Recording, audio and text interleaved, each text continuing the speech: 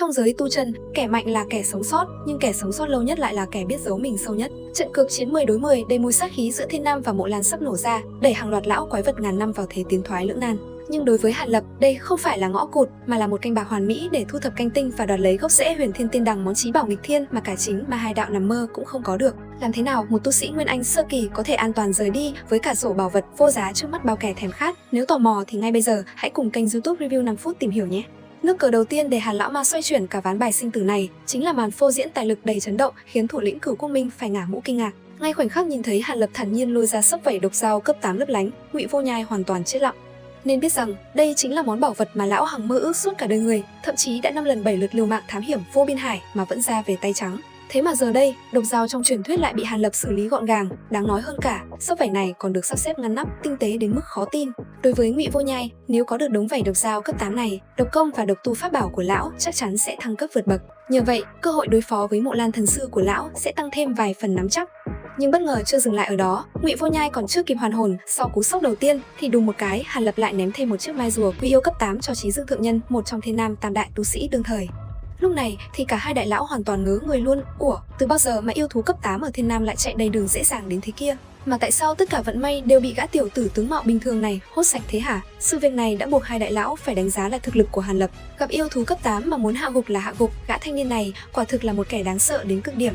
Sau màn phô diễn tài lực đầy chấn động, Hàn Lập nghiễm nhiên nhận được tấm vé đặc cách bước vào hội nghị Nguyên Anh trung kỳ của Thiên Nam. Đây cũng là lần đầu tiên trong đời hắn được tận mắt chứng kiến nhiều lão quái vật Nguyên Anh trung kỳ và hậu kỳ tụ họp đông đủ đến vậy. Thế nhưng vừa đặt chân vào đại điện, Hàn lão ma nhà ta liền nhận ra một sự thật phũ phàng, nhân mạch của mình quả thực quá bèo bọt khi quét mắt một vòng mà chẳng quen biết nổi một ai.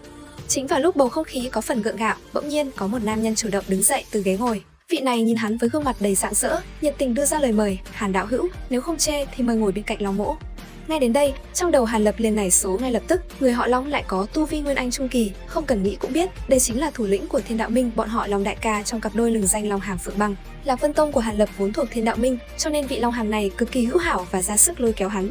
Xét cho cùng, Thiên Đạo Minh của bọn họ vốn dĩ luôn yếu thế hơn các bên khác, trong khi ba đại thế lực còn lại đều có Nguyên Anh hậu kỳ tọa chấn, thì Long Hàm và thê tử đều chỉ ở trung kỳ đỉnh phong, dù có thi triển bí thuật thì cũng chỉ miễn cưỡng chống đỡ được đối thủ mà thôi. Chính vì vậy, việc Hàn Lập được Mộ Lan thần sư đánh giá có thực lực không thua kém Nguyên Anh trung kỳ đỉnh phong chính là một cứu cánh cực kỳ lớn cho Thiên Đạo Minh. Thực chất, lần này, Hàn Lập có thể đường hoàng tới tham dự hội nghị Nguyên Anh cũng có một phần công lao nâng đỡ của hai vợ chồng Long Hàm ở phía sau. Hãy thử tưởng tượng xem, chỉ mới ở tu vi Nguyên Anh sơ kỳ mà đã nhận được đánh giá cực cao từ Trọng thần sư. Vậy, nếu đợi đến khi Hàn Lập tiến giai Nguyên Anh trung kỳ, Thiên Đạo Minh sẽ có thêm một siêu cấp chiến lực. Lúc đó, bọn họ mới thực sự đủ tư cách ngồi chung mâm, bình khởi bình tọa với chính Đạo Minh, Ma đạo và Cửu Quốc Minh. Ngay sau khi Hàn Lập ngồi xuống, Long ca bắt đầu chu đáo giới thiệu cho hắn về những lão quái vật máu mặt khác đang có mặt tại đây. Tuy nhiên, khi nghe thấy cái tên Toái Hồn chân nhân, mí mắt Hàn Lập bỗng giật nảy một cái, chột dạ chứ sao không, đây chính là trưởng lão của Quỷ Linh môn. Năm xưa, khi còn hành tẩu giang hồ, Hàn Lập đã ra tay giải quyết vài tên đồ đệ ruột của Toái Hồn. May mắn thay, lúc đó hắn ra tay vô cùng sạch sẽ gọn gàng, không để lọt bất kỳ kẽ hở nào để bị truy giấu. Bằng không, giờ này hắn lại phải kết oán sâu nặng với một vị cường giả Nguyên Anh trung kỳ rồi. Phát hiện ra thần sắc khác lạ của Hàn Lập, Long Hàm tinh ý hỏi xem hắn đã từng gặp qua Toái Hồn chân nhân chưa. Tất nhiên, với bản tính cẩn trọng, Hàn Lập lập tức phủ nhận ngay lập tức, miệng thì không ngớt lời khen ngợi đối phương, nhưng trong lòng lại âm thầm liên tưởng đến một người quen cũ. Năm xưa, Vương Thiền trúng phải một kích âm ma chạm của hắn, không biết đã hết cơ hội sống sót chưa. Hàn Lập tự nhủ, nếu gã vẫn chưa chết, thì dù có Toái Hồn này che chở, hắn cũng sẽ tự tay kết thúc ân oán với đối phương. Phải công nhận một điều, đối với những hảo huynh đệ từng cùng mình chia ngọt sẻ bùi, Hàn Lập luôn dành cho họ sự quan tâm vô cùng ấm áp. Bên cạnh đó, Hàn Lập cũng biết được thêm một thông tin mật, đó là việc Trình Thiên Khôn bị trọng thương năm xưa chính là do một tay Toái Hồn này gây ra. Long Hàm khẽ mỉm cười trấn an ý, nói với danh tiếng hiện tại của Hàn Lập thì không cần phải bận tâm đến Toái Hồn làm gì. Thế nhưng, có một nhân vật mà Long Hàm đặc biệt cảnh báo Hàn Lập phải lưu tâm, đó chính là Thiên Nam đệ nhất tán tu Thiên Hận lão quái. Lão quái này tuyệt đối là một kẻ lập dị đầy nguy hiểm. Tuy chỉ có tu vi Nguyên Anh trung kỳ, nhưng lão lại có thể thoát thân một cách thần kỳ dưới tay Chí Dương thượng nhân, thậm chí còn phản công đánh cho một trong tam đại tu sĩ phải trọng thương. Đáng sợ hơn cả, người này lại là một tán tu, không vướng bận tông môn gia tộc hay đệ tử. Người vĩnh viễn không thể tìm ra lão, nhưng lão thì lại có thể rình rập và tìm tới ngươi bất cứ lúc nào. Hàn Lập nghe xong không khỏi hít sâu một ngụm khí lạnh, lập tức khắc sâu cái tên này vào danh sách đen, lần sau nếu gặp phải người này, nhất định phải tránh thật xa. Đúng lúc này, toàn bộ đại điện đột ngột rơi vào trạng thái im lặng đến đáng sợ khi ba luồng uy áp khổng lồ đồng loạt xuất hiện. Bước ra từ phía sau bức màn là ba nhân vật quyền lực nhất Thiên Nam, một lão giả mặc hắc bào, một lão giả tóc xanh và một đạo sĩ đeo kiếm sau lưng. Đúng vậy, Thiên Nam tam đại tu sĩ đã chính thức lộ diện. Rất nhanh, Hợp Hoàn lão ma lên tiếng dằn mặt toàn trường bằng một câu nói vô cùng hống hách: ba người chúng ta là ai? Chắc mọi người đều đã rõ rồi chứ. Đại hội hôm nay sẽ do chúng ta chủ trì, ai tán thành, ai phản đối. Dứt lời, luồng ma công Nguyên Anh hậu kỳ bộc phát, bao trùm toàn bộ đại điện nhằm chấn nhiếp quần hùng. Tuy nhiên, Hàn Lập nhạy bén nhận ra luồng ma công này có gì đó sai, nhìn thế nào cũng giống với truyền thừa của Quỷ Linh môn hơn là Hợp Hoàn tông chính thống. Thực chất, công pháp chủ tu của Hợp Hoàn lão ma vốn dĩ không phải là tuyệt học chính tông của Hợp Hoàn tông, bởi vì bất kỳ ai ngồi lên vị trí đại trưởng lão của tông môn này đều sẽ được gọi chung là Hợp Hoàn lão ma. Điển hình như Vân Lộ lão ma mới là người tu luyện công pháp Hợp Hoàn tông chính thống, nhưng gã cũng chỉ lẹt đẹt ở Nguyên Anh trung kỳ. Điều này chứng minh một điều, con đường thải bổ song tu suy cho cùng vẫn chỉ là dựa vào ngoại lực để đi đường tắt, làm sao bền vững bằng việc khổ luyện vững chắc từng bước được. Cho nên, các đạo hữu đang xem video nhớ lưu ý, tuyệt đối đừng đi vào con đường lầm lạc này nhé. Sau màn thị uy của Hợp Hoàn lão ma, Ngụy Vô Nhai tiếp tục ném ra một thông tin chấn động. Phía Mộ Lan đã gửi chiến thư, hẹn ước 7 ngày sau sẽ tổ chức một trận quyết chiến sinh tử 10 đối 10. Đáng nói hơn, đám người Mộ Lan này hành xử cực kỳ bị ổi khi bắt giữ hơn 1000 đệ tử đích truyền của Thiên Nam làm con tin, đe dọa nếu bên ta không nghênh chiến, bọn chúng sẽ xử lý nghiêm để răn đe ngay trước chiến tuyến.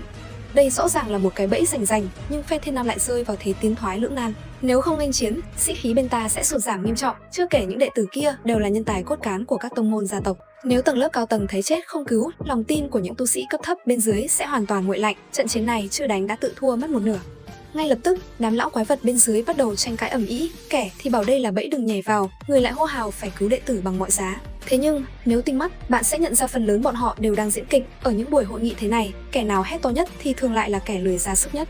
Nhận thấy tình hình hỗn loạn, Chí Dương thượng nhân liền ra tay lão vận khởi thanh tâm quyết, một luồng ý niệm mát lạnh thanh tĩnh lập tức tràn vào tâm trí mọi người, khiến cả đại điện im phăng phắc.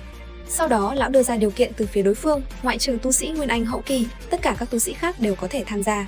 Lão quét mắt nhìn một vòng rồi hỏi: các vị ngồi đây, có ai tự nguyện đứng ra đăng ký không? Lời vừa dứt, đại điện lập tức yên tĩnh gấp 10 lần, đến mức một cây kim rơi xuống đất cũng có thể nghe thấy rõ mồn một. Mấy lão quái vật vừa rồi còn gào thét hung hăng nhất, giờ đây bỗng nhiên hóa thành những kẻ câm điếc bẩm sinh, kẻ thì nhìn đông ngó tây, kẻ thì giả vờ nhắm mắt dưỡng thần. Sự phối hợp ăn ý này cứ như thể đã được diễn tập từ trước vậy.